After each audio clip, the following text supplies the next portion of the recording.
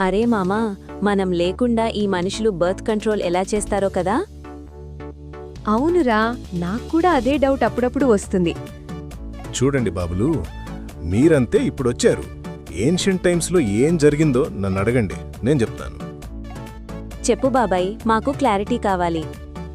Ancient టైమ్స్లో కాండం, ఐపిల్ లాంటివి లేకపోయినా కానీ ప్లానింగ్ మాత్రం చాలా క్లియర్గా ఉండేది.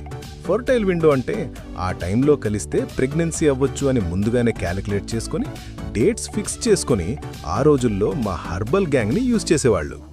హర్బల్ గ్యాంగా? వాళ్ళెవరు బాబాయ్? అవును, వేప నూనె, రాళ్ల ఉప్పు, నువ్వుల నూనె, పిప్పలి, విడంగ, తంకణం నాటి మూలికల మిశ్రమాలు తయారు చేసి సమయానుసారం సంయమనానికి ముందు లేదా తరువాత వాడేవాళ్లు. మిగతా పనంతా ఇంకా మా గ్యాంగే చూసుకుండేదండి.